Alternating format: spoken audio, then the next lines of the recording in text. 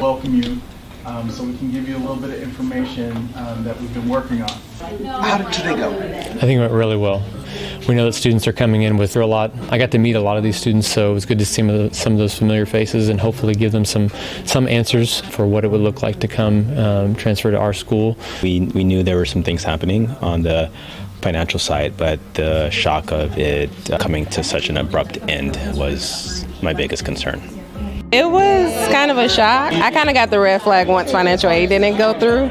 So I called financial aid and was like, oh, well, we didn't get our financial aid process. Like, what's going on? I was a little nervous because I've never been through something like this before, so didn't know where to go, what to do.